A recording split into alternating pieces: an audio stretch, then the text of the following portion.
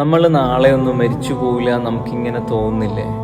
ശരിക്കും നമ്മളൊന്ന് ഇരുന്ന് ചിന്തിച്ചു നോക്കിയേ. ഇന്ന് മരിച്ചുപോയ എത്രയോ ആളുകളുണ്ട്. അവർക്കൊന്നും ഇന്നലെ തോന്നിയിട്ടുണ്ടാവില്ല അവരിന്ന് മരിച്ചു പോകുന്നുള്ള റിയാലിറ്റി. നമ്മുടെ സമ്പാദ്യം, സ്റ്റേറ്റസ്, സൗന്ദര്യം, നമ്മൾ ഇതിനെക്കുറിച്ചൊക്കെ ആയിരിക്കും കോൺഷ്യസ് ആയിരിക്കുക. പക്ഷെ നമ്മളെ പേരിൽ അവസാനം പോകുന്ന മെസ്സേജ് എന്ന് പറയുന്നത് ഇന്നാ ലില്ലാഹി വ ഇന്നാ ഇലൈഹി റാജിഊൻ എന്നായിരിക്കും. ഈ പ്രണയിക്കുന്ന ആളുകൾക്കിടയിലൊക്കെ ഒരു കോമൺ ഡയലോഗ് ഉണ്ട്, എടോ എനിക്ക് നീയില്ലാതെ ജീവിക്കാൻ പറ്റൂലടോ എന്നുള്ളത്. എന്നിട്ടോ അവസാനം നിസ്സഹായരായിട്ട് പച്ച മണ്ണിൽ തലവെച്ചിട്ട് പടച്ചോന്റെ മുന്നിൽ അഹങ്കാരമില്ലാത്തവരായിട്ട്, സൗന്ദര്യം പ്രദർശിപ്പിക്കാൻ പറ്റാത്തവളായിട്ട് നമ്മളൊക്കെ പോയി കിടക്കേണ്ട ഒരു ദിവസം വരും. ചെയ്തു പോയ തെറ്റിനെ കുറിച്ച് ആലോചിച്ചിട്ട് പടച്ചോന്റെ അടുത്തേക്ക് കണ്ണ് നനച്ചിട്ട് പോകാൻ വേണ്ടിയിട്ട് പടച്ചോൻ ആഗ്രഹിക്കുന്നുണ്ട്. അതല്ലേ ഖുർആനിൽ പറഞ്ഞത്, വല്ലാഹു യുരീദു അയ്യതൂബ അലൈക്കും, നിങ്ങൾക്ക് പുറത്തു തരാൻ അള്ളാഹു ആഗ്രഹിക്കുന്നുണ്ട് എന്നുള്ളത്. പക്ഷെ നമ്മളങ്ങോട്ട് പോകുന്നില്ല എന്നുള്ളതാണ്.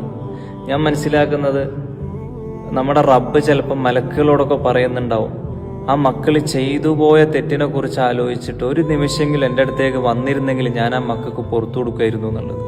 പക്ഷെ നമ്മൾ പോകുന്നില്ല എന്നുള്ളതാണ് വസ്തുത. നമുക്കൊക്കെ മാറാൻ സമയമായിട്ടുണ്ട്. ഒരു മാറ്റം അനിവാര്യമാണ്. ഞാനീ പറയുന്നതൊക്കെ എന്നോടും നിങ്ങളോടൊക്കെ ആയിട്ടുള്ള ഓർമ്മപ്പെടുത്തലുകളായിരിക്കും. കാരണം നാളെ നമുക്ക് റബ്ബിൻ്റെ മുന്നിൽ എക്സ്ക്യൂസുകൾ പറയാനുണ്ടാവില്ല.